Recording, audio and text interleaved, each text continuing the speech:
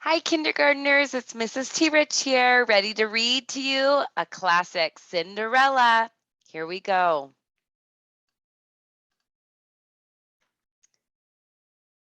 Once upon a time, there lived a fair young girl with her father and mother in a beautiful home in the city.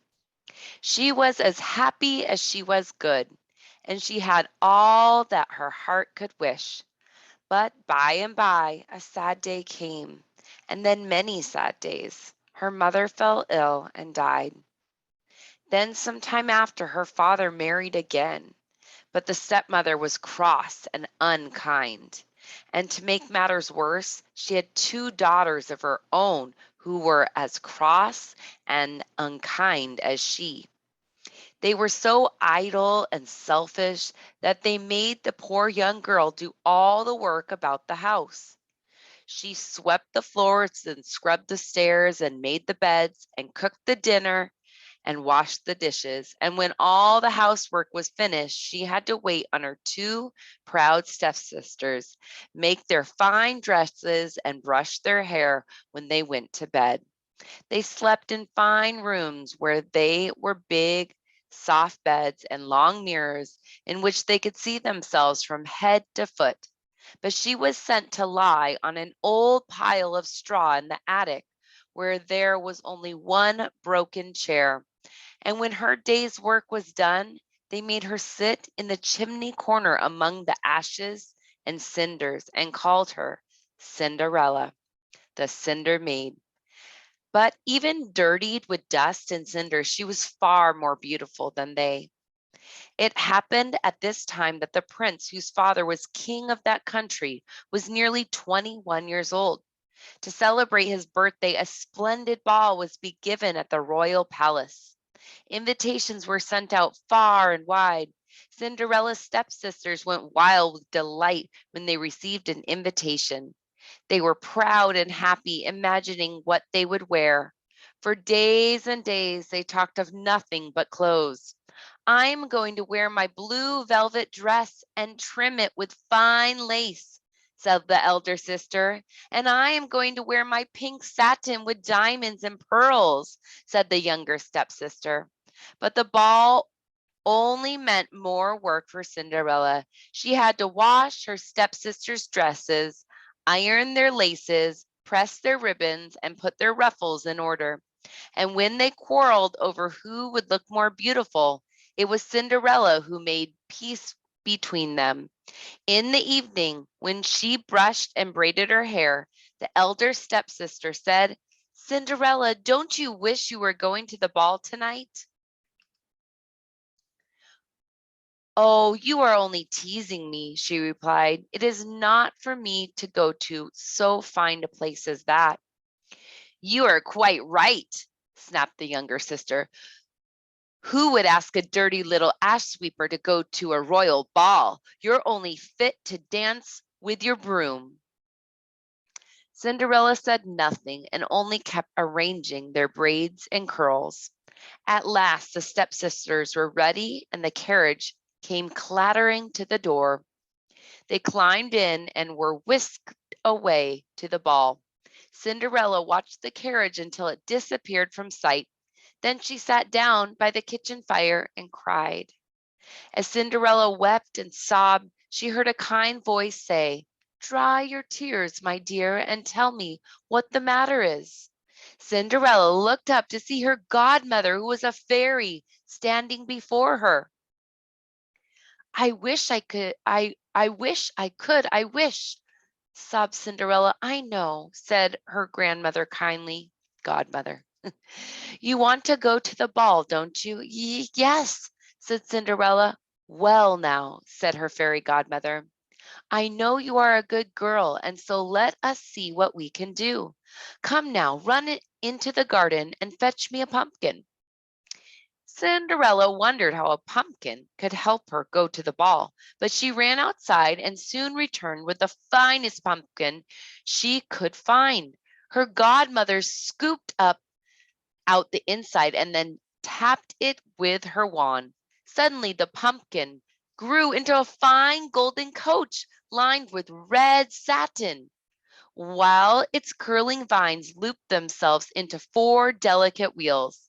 Then her godmother noticed 7 fat mice in the mousetrap. "Lift the trap door," she said. Cinderella did, and as the mice scurried out, her godmother touched them with her wand and turned them into 6 prancing horses.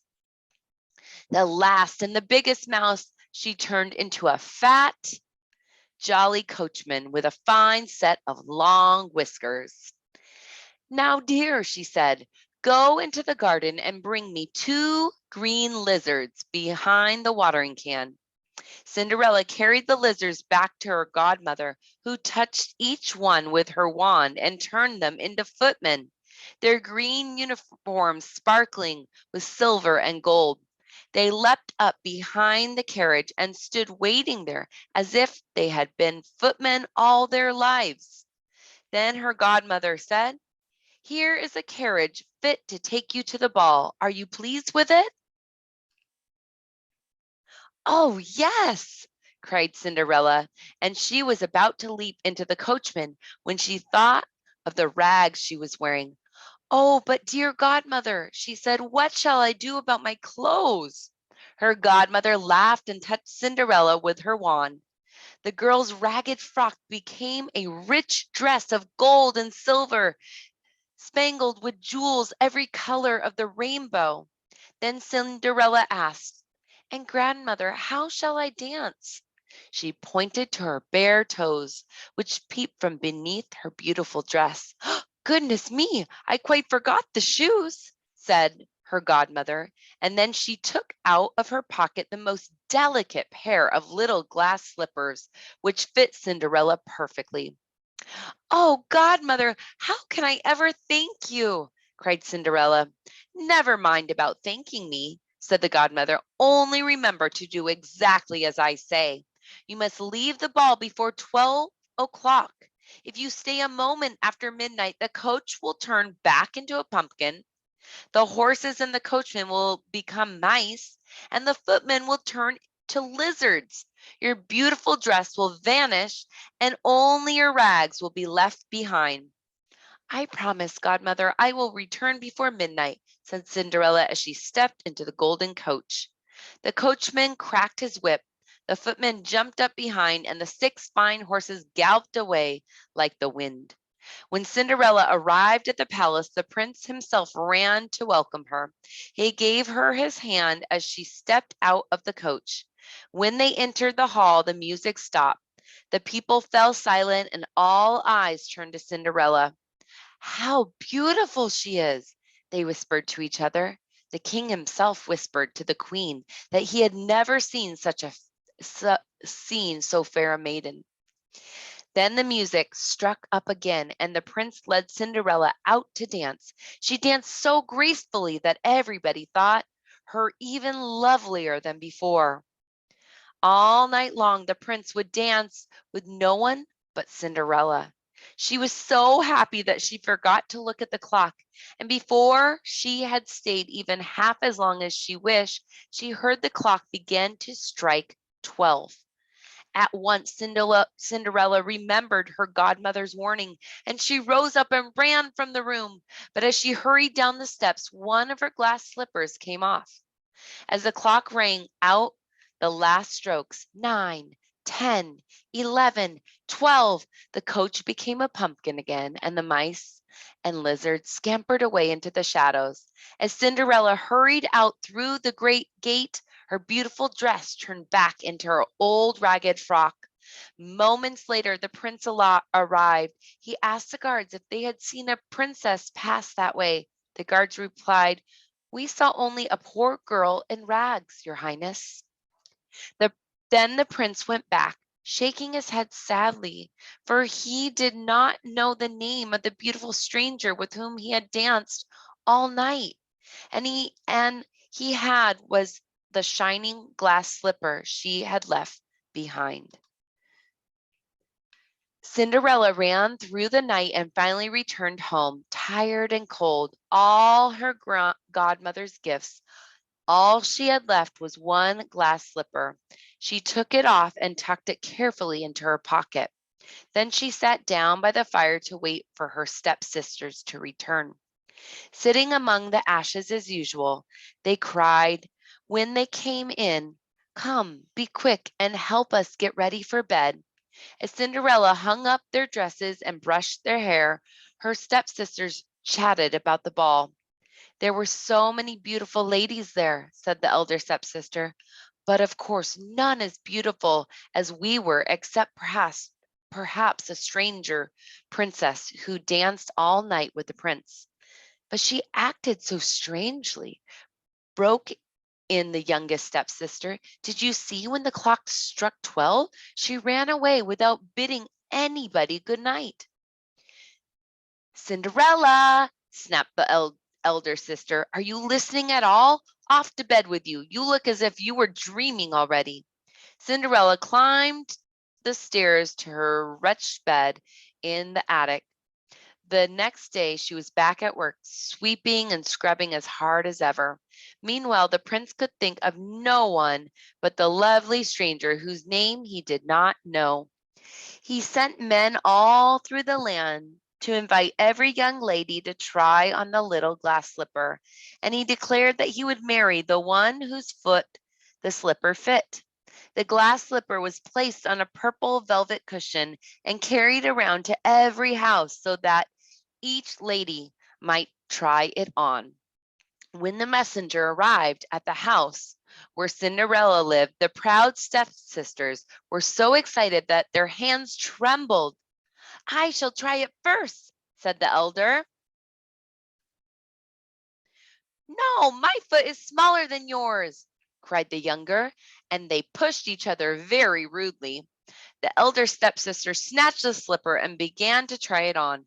She pushed and tugged till her face grew red, but not even her toes would fit in the delicate glass slipper.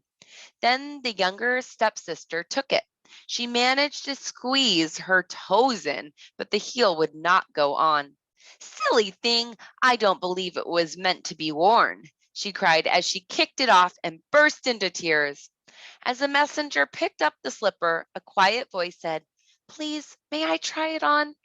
"Cinderella!" screeched the elder stepsister. "How dare you come in here?" "You try on the slipper, indeed," cried the younger. "No cinder maid's rough foot could fit in that delicate thing." But the messenger bowed to Cinderella and offered her the slipper upon the velvet cushion. "It is the prince's command that every maiden in the land may try on the slipper," he said. So Cinderella sat down and he put the slipper on her foot. It fit perfectly. Then from her pocket she drew the other slipper and put it on her other foot. At that moment her fairy godmother appeared. She touched Cinderella with her wand, and Cinderella was no longer a cinder maid, but a beautiful young lady dressed in silk and satin. The stepsisters recognized her as the lovely princess whom they had seen at the ball. They threw themselves at her feet and asked her to forgive them for the unkind way they had treated her. She said that she forgave them and wished them always to love her. Soon after, the prince and Cinderella were married, and they lived happily ever together for many, many years. As for the stepsisters, Cinderella gave them rooms in the palace.